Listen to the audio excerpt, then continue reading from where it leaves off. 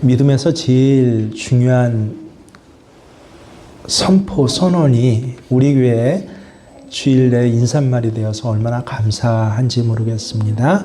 인사말이 아니라 이제 뭐예요? 간증이 되시기를 주의 이름으로 축원합니다.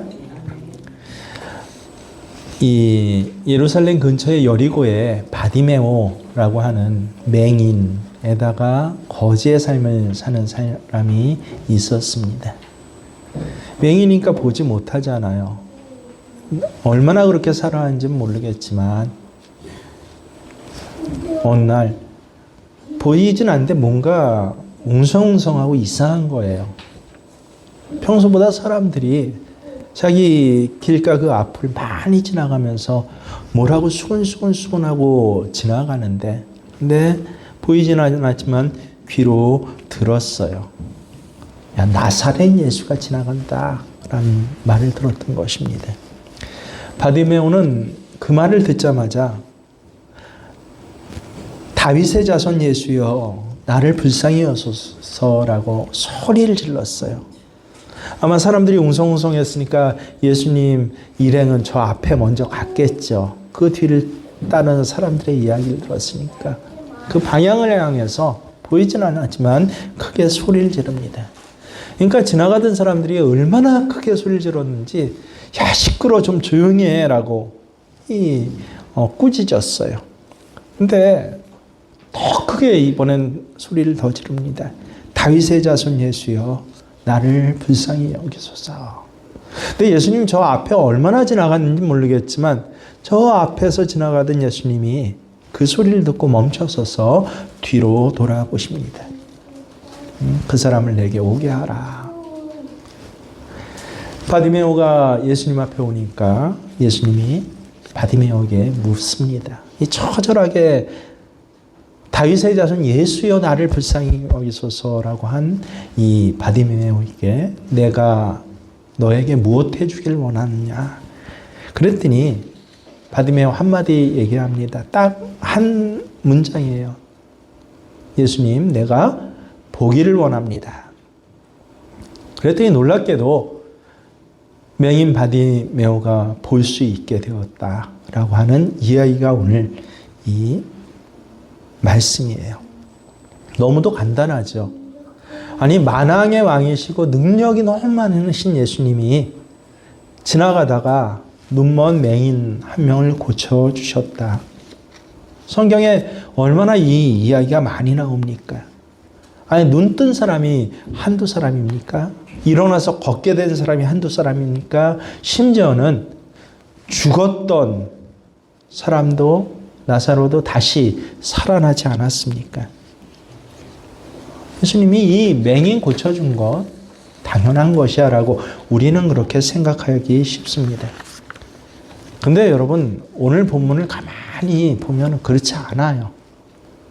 예수님께서 이 맹인 고쳐준 것이 당연한 것이다라고 말씀하시지 않습니다. 예수님 능력이 많으니까 고쳐주셨다. 혹은 야, 이 맹인은 너무 불쌍해서 사랑 많으신 예수님 고쳐주셨다라고 하지 않아요. 예수님께서 직접 왜 고쳐주셨는지 여러분 본문에 나오는 것을 여러분 아십니까? 성경을 허투루 읽으면 하나도 모르고 전설의 교양 줄거리처럼 줄거리만 알아요. 예수님 직접 말씀하셔요. 이 맹인을 왜 고쳐주는지 믿음 때문에 고쳐주었다라고 말씀하셔요. 52절 보세요. 예수께서 이르시되 뭐라고? 왜 고쳐주셨다고요? 내 믿음이 너를 구원하였느니라. 자, 그러면 우리 이상해요. 아니 바디메오가 믿음이 있었는지 없었는지 어떻게 합니까? 성경에 나와요? 믿음 생활 잘한 것도 아니에요. 믿음이란 단어 하나 나오지 않아요. 근데도 예수님께서는 믿음 때문에 고쳐주었다라고 말씀하십니다. 아니 도대체 우리는 바디메오 믿음이 뭔지를 모르겠는데 성경에도 안 나온 것 같은데 예수님께서 도대체 바디메오의 뭐를 보고 믿음이라고 그렇게 생각하셨습니까? 도대체 오늘 말씀에 바디메오의 믿음이 어디에 나와 있죠? 바로 이것이 오늘 우리에게 성령께서 주신 메시지예요. 겉으로 볼 땐 잘 모르겠지만 분명히 예수님이 믿음 때문에 고쳐졌다. 믿음 때문에 고쳐준다 했으니까 여기 믿음이 있는 것이에요. 그래서 잘 말씀을 우리가 다시 한번 정독해 보아야 합니다. 46절을 우리 함께 읽습니다.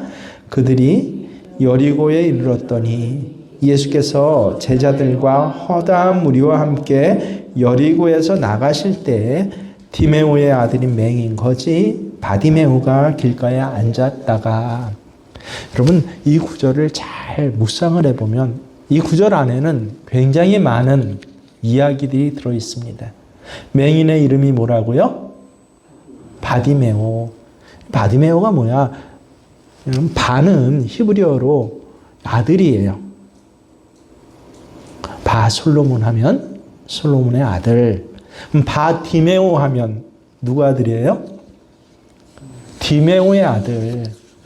아니 저기 앉아있는 사람을 저 사람 누구야 했더니 아니 저 사람 고창남 님이야 라고 해야 되잖아요. 근데 뭐라고 그랬다고요? 디메오의 아들이야. 무슨 뜻입니까? 이 사람 별 볼 일 없는 사람이라는 거예요. 그냥 누구누구 아들이라고 그렇게 불렸던 것이에요. 사람들이 이름도 불러주지 않았던 보잘것없는 사람입니다. 그리고 그 앞에 뭐가 붙어 있어요? 거지라고 해요. 여러분 가난하다라는 것과 거지란 말은 전혀 다른 말입니다.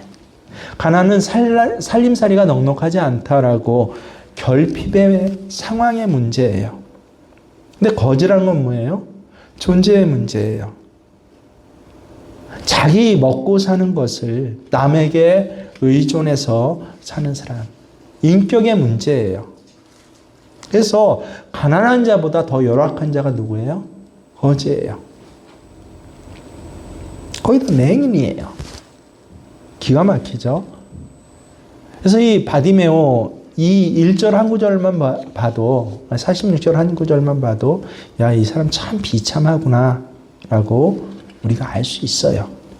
그런데 이렇게 비참한 처지에 있었지만 바디메오에겐 특별한 장점이 있었어요. 무엇입니까? 아주 특별한 장점. 그에겐 놀랍게도 갈망이 있었다라고 하는 것이에요. 47절입니다. 나사렛 예수시란 말을 듣고 소리질러 이르되 다윗의 자손 예수여 나를 불쌍히 여기소서 하거늘. 그는 앞이 보이지 않는 사람이에요. 근데 소리를 들었어요. 나사렛 예수가 지나간다라는 소리를 들었어요. 그에게 남아있는 청각 하나를 가지고 결국은 예수님 걸음을 멈추게 한 것입니다. 자신이 아무리 부족하다고 생각하는 사람일지라도 바디메오처럼 뭔가 남겨진 한 가지는 있어요. 자기에게. 내게 남겨진 한 가지 감각에 집중해서 그것을 놓치지 않고 소리를 지른다면 하나님 은혜로 나아갈 수 있어요. 바디메오는 눈으로 보지 못한 대신에 남들보다 이 소리에 굉장히 민감하게 집중했던 것이 틀림없어요. 들려오는 소리가 뭐예요? 야, 예수님이 많은 병자를 고치신데 그리고 죄사함을 얻었대 소문을 귀로 들었어요. 귀로 듣기만 했는데도 마음속에 갈망이 생겼습니다. 예수님만 만나면 나도 고쳐질 수 있어. 예수님만 만나면 내 문제도 해결될 수 있어. 라고 하는 그런 갈망이 깊이 있었습니다. 예수라는 이름을 처음 듣고 나서 공생의 예수님 3년이잖아요. 그리고 오늘 본문이 3년째 이제 마지막 십자가 지기 위해서 예루살렘 들어가시는 그 길이에요. 그러니까 어때요? 3년 동안 들었던 거예요. 3년 동안 들으면서 그 갈망을 깊이 품고 있었다. 그것 어떻게 하냐고요? 성경 본문에 다 나와 있어요, 여러분. 우리가 말씀을 묵상하고 기도로 붙잡지 않고 그냥 눈으로만 문자로만 읽어서 모르는 거예요. 성경 많이 읽었다고 자랑해도 몰라요. 제가 그랬거든요. 대학교 2학년, 3학년 때인가요? 성경을 100번을 제가 읽었더라고요, 그때. 얼마나 마음에 자부심이 되고, 아니, 내 나이 또래 성경 100번 읽은 사람 나와보라고 해. 심지어는 교수 가운데서도 없을 거라고 저는 생각해요. 몰라요. 100번 읽어도 이 말씀이 무엇인지, 이 말씀이 내게 뭐를 말씀하신지 몰라요. 여러분, 무엇보다 갈망이 있어야 돼요. 다시 기도의 끈을 붙잡고 내가 기도하면 이루어져. 내가 예수 만나면 내 문제가 해결돼라고 하는 그 갈망이 있어야 돼요. 이번엔 이 문제만이 아니라 내 마음속 깊이 있는 쓴뿌리들, 뭐 나도 어쩔 수 없어라고 포기하고 그냥 당연하게 내버려두고 게으르게 내버렸던 그 쓴뿌리들을 이번에 예수님 만나서 반드시 내가 고칠 거야 라고 하는 영적 목마름이 우리에겐 있어야 돼요. 실제로 성경에 보면요, 사모하는 영혼에게만 이 목마름이 있더라라고 분명히 기록되어 있어요. 어느 정도로? 굶주릴 정도로. 여러분, 하루 굶어보세요. 얼마나 배고파요. 뭐가 제일 민감해져요? 음식 냄새. 누구 먹는 모습에 제일 민감해져요. 그건 제가 제일 잘 알아요.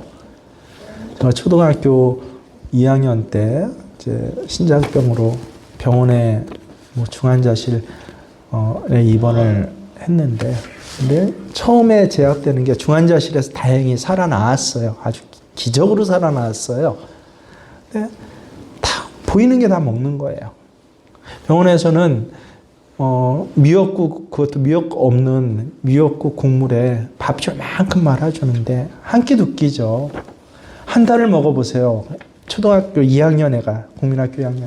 미역국 냄새도 싫고 보기도 싫어요. 옆에서 다른 반찬 먹고 있는 환자 보면 그것만 보이는 거예요. 그 냄새가 얼마나 좋은지 몰라요. 할머님이 저를 간호했는데, 할머니 나도 저거. 네? 굶주릴 정도로 보이는 게 다 먹고 싶고 가지고 싶을 정도로, 그 정도로 목마른 사람. 시편 107편에 보면 하나님 그렇게 말씀하셨어요. 그가, 누가요? 하나님이, 예수님이 사모하는 영혼에겐 만족을 주시고 줄인 영혼에겐 좋은 것으로 채워주심이라. 그래서 저는 그리스도인의 최고의 능력이 무엇이냐라고 하면 목마름이라고 저는 믿어요. 갈망이 있어요.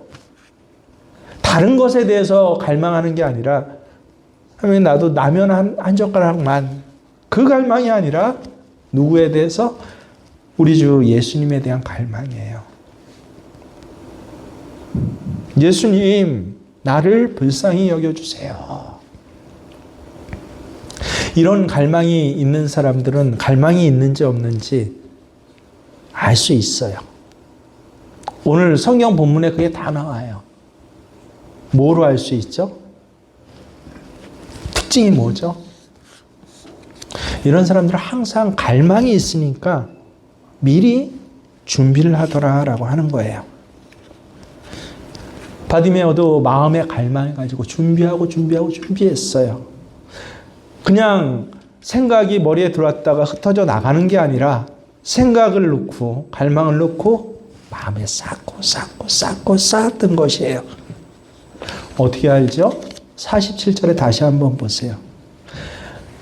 정말 중요한 고백이 여기에 있어요. 잘 보세요. 시작.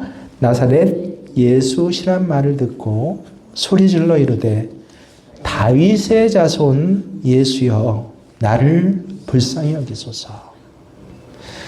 바디메오는 맹인이니까 듣기만 했어요. 사람들이 웅성거린 소리. 사람들은 뭐라고 그랬어요? 예수님 부를 때? 뭐라고 불렀어요, 예수님을? 나사렛 예수라고 불렀어요.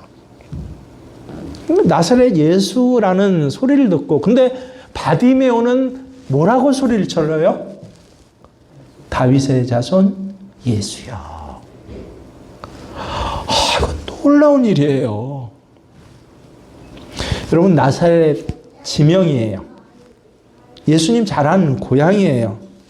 우리나라도 그렇잖아요. 이제 충주댁, 청주댁 그렇게 부르잖아요. 지명을 넣어서 어떤 한 사람을 호칭하는 것, 그건 일반적인 일이에요. 거기다가 나사렛이란 지명은 절대 좋은 지명 아니에요. 우리는 잘 모르지만요. 당시에는 거의 욕과 비슷했어요. 우리나라에서는 욕먹는 지방 없죠. 다른 나라에 가면 어느 지방 굉장히 욕먹는 지방이 몇몇 있는데요. 나라를 어느 지역에서 배신을 했다든지, 어느 지역에 아주 못된 학살자, 독재자가 나왔다든지 하면 그 지역은요, 욕이에요. 그 지명 자체가. 나사렛이라는 지명이 그랬어요. 심지어는 나다나엘 조참이라고 그랬어요. 그 선한 율법학자의 참 예수님 넌 참 경건한 사람이야 라고 칭해줬던 그조차 나사렛에서 무슨 선한 것, 무슨 좋은 것, 위대한 사람이 나사렛에서 나올 수 있어 라고 이야기를 한 지명이 바로 나사렛이에요. 사람들은 예수님의 기적을 보고 예수님을 대단히 존경했지만 그냥 무의식적으로 예수님 볼 때 뭐라고 불렀어요? 나사렛 예수다. 늘 그렇게 부르던 대로 불렀어요. 근데 바디메오는 뭐라고 부르죠? 예수님을? 다윗의 자손 예수여. 여러분, 다윗의 자손은요, 이스라엘 안에선 이건 신앙의 고백이에요. 메시아란 뜻이에요. 구약성경 내내 기록되어 있던 다윗의 자손에서 메시아가 나와서, 그래서 이 메시아가 이스라엘을 회복시키시고 하나님의 나라를 이룰 거야. 그 신앙 고백이 바로 다윗의 자손이에요. 메시아가 오시면, 메시아를 만나면 나 개인적인 문제들이 고쳐질 뿐만 아니라 이 민족의 문제까지 고쳐질 거야. 이게 이스라엘 사람들 전체의 신앙이었어요. 바디메오만의 신앙이 아니에요. 전체 알고 있었는데 예수님을 보고 군중들은 뭐라고 불렀다고요? 나사렛 예수라고 불렀는데 바디메오는 예수님을 보고 다윗의 자손 예수여라고 고백을 한 것이에요. 대단한 고백이에요. 바디메오는 눈은 없었지만요, 귀와 입은 있었어요. 눈이 없는 대신 다른 것들이 있었어요. 우리를 가만히 생각해 보세요. 말씀을 두고 나를 비춰보세요. 나는 어때요? 없는 것만 생각해요. 없는 것에만 집중해요. 나 이것도 없고 저것도 없어요. 나 건강도 없고 돈도 없고요. 나 눈도 안 보이고요. 허리도 굽혀졌고요. 나 자식도 없어요. 나 남편도 없어요. 없는 것만 집중하지 않습니까? 삶이 없는 것 투성이에요. 예배 매주 드리면서도 매일 뭐라고 그래요? 이거 없어요. 저거 없어요. 그리고 예수님 볼 땐 뭐라고 불러요? 나사렛 예수요. 그냥 들린 대로, 알려준 대로. 내 생각은 하나도 없어요. 그러다 보니까 어떻게 해요? 내게 있는 것이 뭔지 몰라요. 내게 있는 것이 얼마나 능력 있는지를 몰라요. 삶 자체는 난 없고 부족하고 모자르고 불쌍한 사람이야. 그러면서 예수를 부를 때 뭐라고 그래요? 나사렛 예수요. 여러분, 우리는 없는 것도 많아요. 하지만 오늘 바디메오를 바라보세요. 바디메오는 눈이 없는 대신 가진 게 실제로는 더 많았어요. 우리는 할 수 없는 것 참 많아요. 근데 할 수 있는 것도 있었어요. 문제는 뭐예요? 할 수 있는 것 안 하는 게 문제예요. 바디메오는 눈은 없었지만 귀가 있어서 나사렛 예수의 이름을 들으면서도 마음속으로는 다윗의 자손, 메시아 예수여 라고 신앙을 고백하기 시작했어요. 입이 있었어요. 다른 사람들은 매일 없어요, 없어요, 없어요 하고 이것 부족해요, 불평과 원망이 있었지만 바디메오는 예수여, 예수여, 나를 불쌍히 여기소서. 신앙의 고백이 그 입술로 나왔어요. 바디메오에게는 손과 발도 있었어요. 그래서 성경을 묵상해 보니까 저도 신학생 때 이 본문을 원문으로 묵상하면서 깜짝 놀랐어요. 이야, 없는 것이 참 많았지만 맹인이고 이름도 없어요. 바디메오 이름 없어요. 디메오의 아들이에요. 참 불쌍한 사람이에요. 그런데 있는 것을 통해서 예수님을 만나고 예수님을 뭐라고? 메시아여라고 고백을 했다라고 하는 것입니다. 얼마나 놀라운 일이에요. 이렇게 고백하기 위해서는 저는 분명히 알아요. 평소에 얼마나 많이 생각했을지 예수에 대해서. 다윗의 자손 예수여. 보통 나올 수 있는 게 아니에요. 그냥 한두 번 듣고 머리로 한다고 나올 수 있는 것이 도저히 아니에요. 평소에 늘 마음속에 고백을 하고 입술로도 훈련을 분명히 했을 것입니다.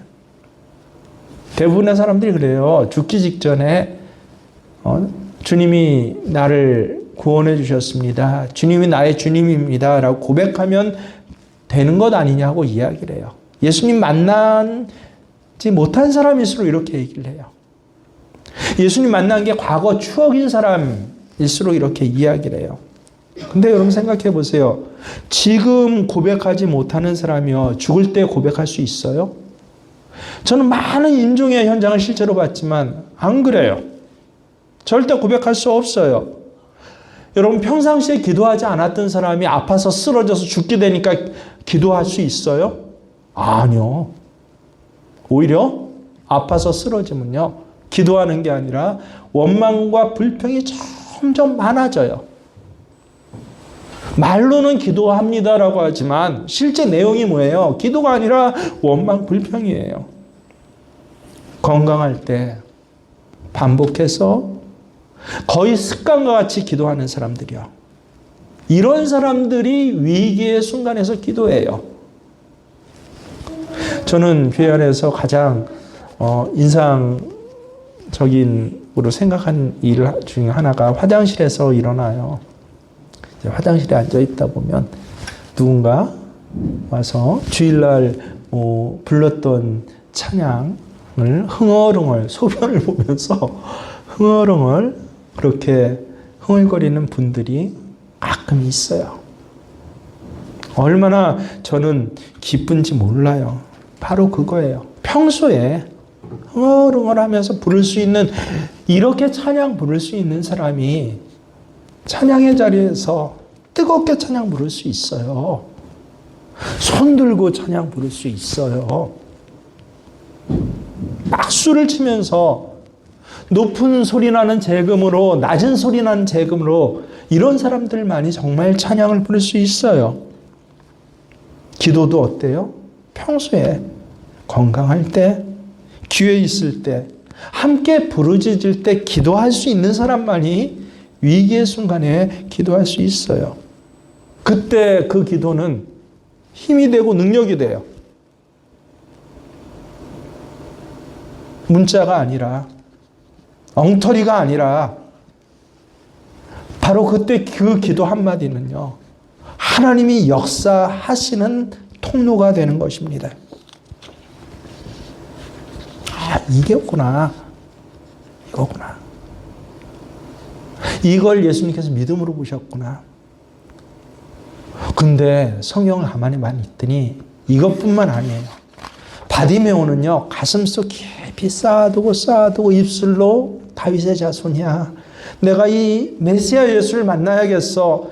다윗의 자손 예수요. 사람들은 나사렛 예수라고 얘기했지만 다윗의 자손 내 주님 예수여라고 이 놀라운 평소의 삶이 있었고 뿐만 아니라 결정적일 때 어떻게 해요? 돌파력이 있었어요.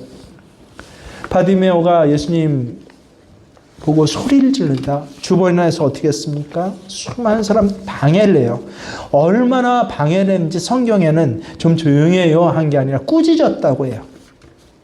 여러분, 꾸짖었다는 것은 마구마구 욕을 하고 혼을 냈다는 그런 뜻입니다. 48절 다시 한번 보세요. 많은 사람이 꾸짖어 잠잠하라 하되. 하지만 바디메오는 그럴수록 어떻게 했다고요? 더 크게 소리를 질러. 여러분, 은혜 있는 곳에는요, 항상 방해 세력이 있습니다. 잊지 마세요. 은혜 있는 곳은 항상 사탄이 우리가 은혜 가운데 있기를 제일 싫어해요. 원하지 않아요. 그래서 방해를 해요. 우리가 열심히 계속 은혜를 붙잡도록 사탄은 절대 가만두지 않습니다. 내 소중한 가족들을 통해서 이 은혜에서 주저앉게 해요. 아이 때문에 은혜를 거스르게 해요. 돈 때문에, 내 건강 때문에. 많은 사람들이 꾸짖어요. 그런데 바디메오는 어떻게 했다고요? 이런 방해의 공작에 물러나지 않았다라는 것이에요. 언제까지 이 은혜를 계속 붙잡았나요? 언제까지 다윗의 자손 예수여라고 소리를 질렀나요? 성경을 다시 한번 보세요. 예수님이 뭐 하실 때까지? 듣고 돌아서실 때까지요. 이게 바로 평소에는 늘 은혜를 가슴속에 쌓아두고 다윗의 자손 예수, 나의 주님 예수, 그리고 결정적인 순간에는 이 은혜를 위해서 어떻게 했어요? 저는 가장 감격스러운 말씀이 바로 50절이에요. 예수님께서 멈춰서서 네 소리를 들었다 와라 했더니 이 맹인이 바디메오가 어떻게 했다고요? 50절에 보면 이 맹인이 겉옷을 내버리고 뛰어 일어나 예수께 나오거늘. 겉옷을 그냥 벗었다가 아니에요. 뭐 했다고요? 내버렸다. 이 거지에게 겉옷은 무엇입니까? 직장이에요. 옛날에 겉옷 자체가 너무 귀하기도 했지만, 그래서 예수님 십자가 밑에서 로마 병정들이 한 짓이 뭐예요? 예수님 겉옷을 제비뽑기 한 거잖아요. 특별히 거지였던 바디메오에게 겉옷은요, 거지 신분이에요. 세상 목록 1호예요. 현실적으로도 비 오면 이 겉옷이 우비가 됐고요. 추울 때는 외투가 됐어요. 아마 잠잘 때는 덮고 자는 이불이 되었을 것입니다. 이 겉옷은 그가 가진 전부예요. 근데 예수가 이리 와라라고 하는 소리를 듣고 어떻게 했다고요? 겉옷을 그냥 벗은 게 아니라 내버렸어요, 아예.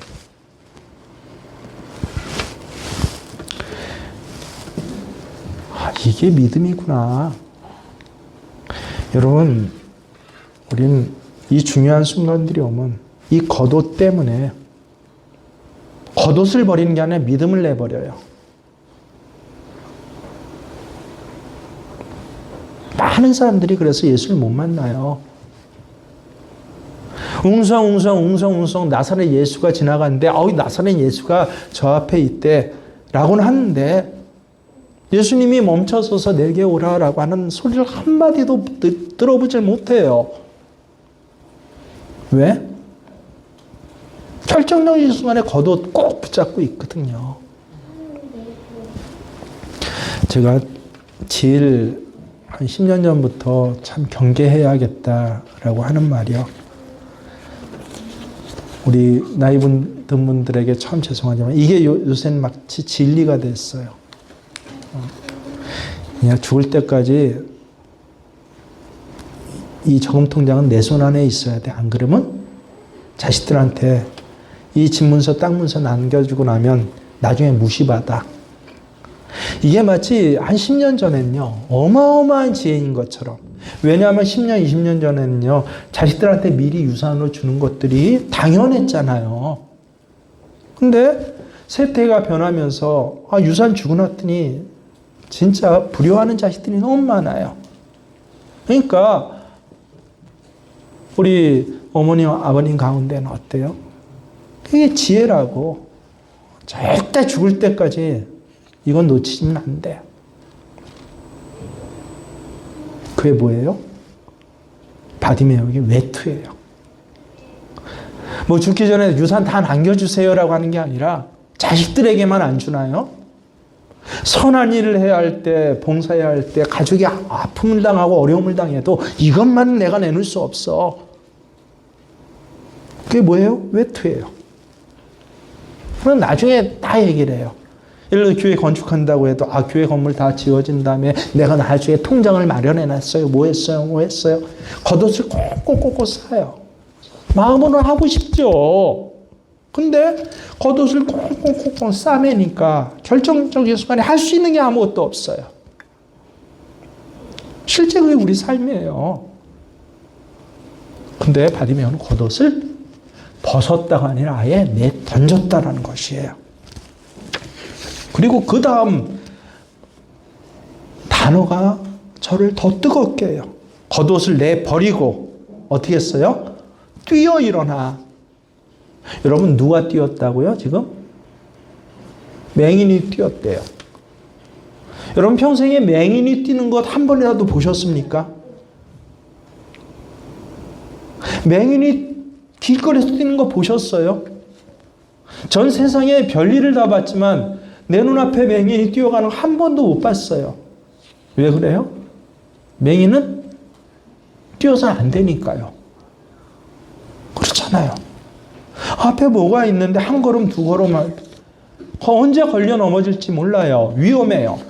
근데 바디메오는 눈이 고쳐진 것도 아니었어요. 예수님이 단지 내게 데려오라. 야 예수님이 너를 부르신다. 이 한마디를 듣고 겉옷을 내버린 정도가 아니라 아예 무엇하셨다?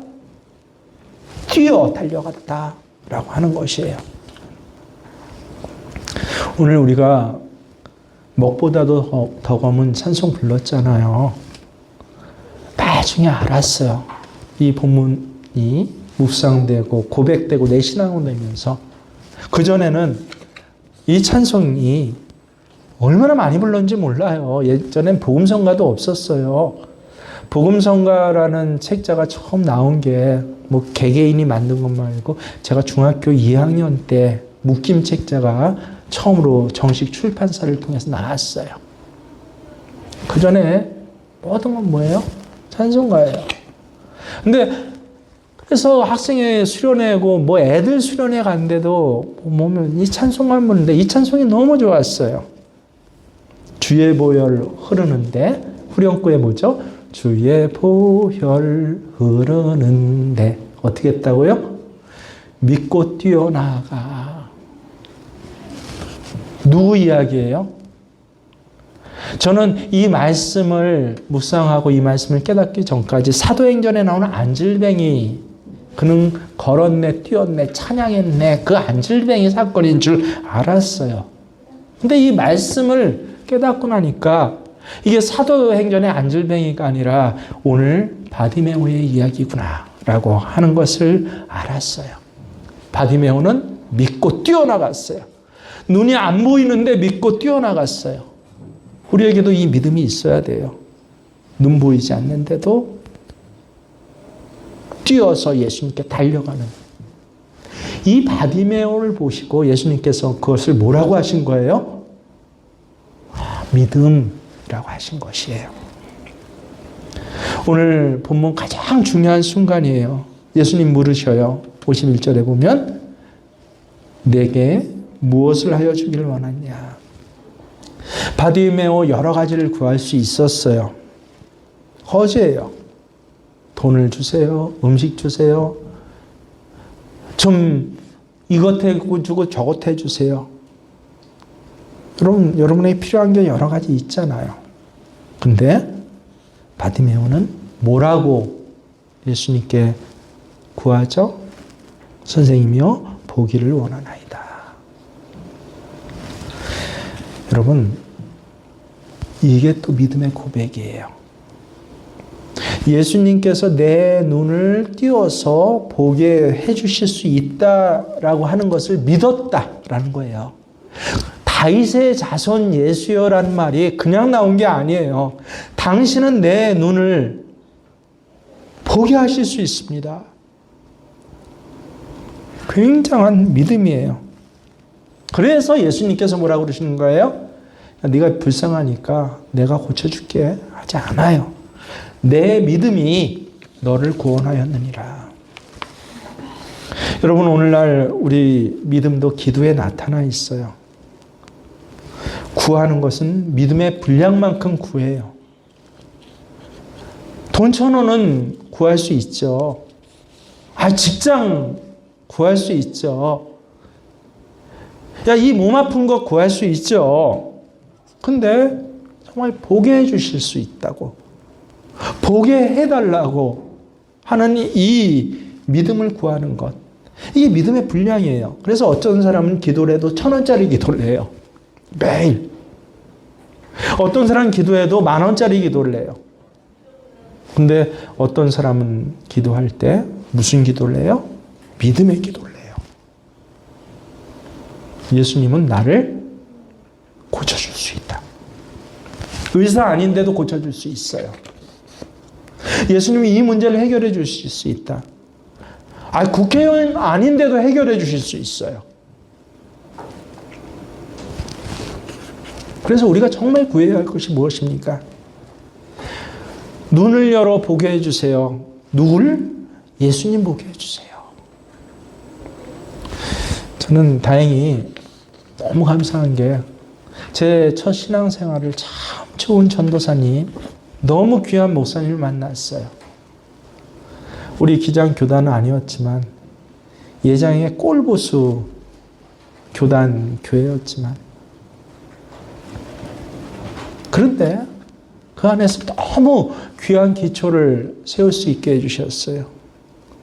그때 어렸을 때 제가 신앙의 목표로 삼은 것은요, 예수님 보게 해주세요. 보이지 않는 예수님을 내 눈에 보는 것처럼 그 믿음의 현장들을 살아가는 것, 이것에 대해서 배우고 동의하고 이것을 목표로 삼았습니다. 그 후에 정말 예수님을 보이는 것처럼 살아가는 것, 이게 내 신앙 생활이었어요. 나중에 성경을 봤더니 이게 내가 똑똑해서 내가 믿음 좋아서 그런 게 아니라 신앙의 선배들은 다 그랬던 거예요. 히브리서 11장 27절에 보니 바로 그렇게 고백되어 있어요. 뭐라고요? 믿음으로 애굽을 떠나. 애굽을 떠났는데 쫓겨나서 떠났다, 상황돼서 떠났다, 도망쳐 떠났다는 게 아니라 믿음으로 떠났다고 해요. 믿음으로 떠난 사람들은 어떤 사람들이에요? 왕의 노함을 무서워하지 않고 어떻게 했다고요? 곧 보이지 아니하는 자를 보는 것 같이 하여 참았으며. 이게 믿음으로 삶을 살아가는 사람의 아예 원형이구나, 정형이구나라고 하는 거예요. 바디메오는 눈을 뜨고 난 다음에 46절엔 맹인이었을 땐 길에 앉았다가라고 그의 인생을 시작하지만, 오늘 마지막 구절 52절에 보면 뭐라고 그래요? 가라, 내 믿음이 너를 구원하였느니라 하시니, 그가 곧 보게 되어서 이 믿음을 인정받고 나서 어떻게 했다고요? 예수를 길에서 따르니라. 길가에 앉아있는 삶을 사는 사람이 보게 되었더니 하는 이 뭐예요? 예수를 따르니라. 이게 바로 예수님께서 바디메오, 눈 뜬 사건이 그냥 예수님이 자비가 많아서 능력이 있어서 고쳐주신 게 아니라 야 이거 믿음 때문에 고쳐진 거야 라고 예수님 직접 말씀하신 이유구나 라고 하는 것입니다. 여러분 우리는 예수님 눈에 보이지 않는다고 해요. 바디메오 같이 볼 수는 없어요. 근데 놀랍게 눈에 보이듯이 내 안에 함께 계시고 나와 함께 하시는 주님. 사도 바울이 그런 고백을 한 거예요. 자신의 삶은 믿음의 삶인데 믿음으로 살아가는 게 자신의 삶인데 이게 뭐라고요? 갈라디아서 2장 14 우리 너무 잘 알죠? 이제 내가 육체 가운데 사는 것은 나를 사랑하사 나를 위하여 자기 자신을 버리신 하나님의 아들을 믿는 믿음으로 사는 것이라. 믿음 안에서 사는 것이라. 이렇게 믿음 안에서 사는 것이 무엇이에요? 나는 죽고 예수로 사는 것이 믿음 안에서 사는 것이라고 했어요. 내가 그리스도와 함께 십자가에 못 박혔느니 이제는 내가 사는 것이 아니라 내 안에 그리스도께서 사시는 것이라. 이처럼 나는 죽고 예수로 사는 사람. 이게 믿음으로 사는 사람인데 이런 사람들은 반드시 예수를 따른다라고 하는 것입니다. 신앙은 다른 거 아니에요. 매주 교회 오는 거 아니에요. 11조 헌금하는 게 아니에요. 신앙은 뭐예요? 믿음으로 사는 것이 바로 신앙이에요. 믿음으로 사는 건 뭐예요? 예수를 따라 사는 것이에요. 보이지 않는 예수지만 보이는 예수로 따라 사는 것이에요. 주께서 내 안에 계십니다. 고백하고 나의 주님이십니다. 라고 고백하면서 그러면서 나의 주님이 내게 때로는 깨우쳐 주시고 때로는 감동을 주시고 그래서 맹인의 처지인데 아무도 못하는 그 순간에 벌떡 일어나서 다윗의 자손 예수여 앞이 보이지 않는데 그 예수님 향해서 달려가는 것. 이게 뭐라고요? 예수님이 뭐라고 그러셨어요? 이거를 믿음이다. 부활의 삶은 무슨 삶이에요? 믿음을 행하는 삶이 부활의 삶이구나. 단지 예수님 부활하셨습니다. 인사하는 거 아니라 눈에 보이지 않는 예수지만 눈에 보이는 예수를 바라보면서 믿음을 행하는 삶. 이 부활의 삶이 여러분들 그리고 부족한 저에게 오늘부터 더 확실하게 그 결정적인 순간에 겉옷을 내버리고 떨쳐 일어나서 달려가는 저와 여러분 되시기를 주님의 이름으로 축원합니다.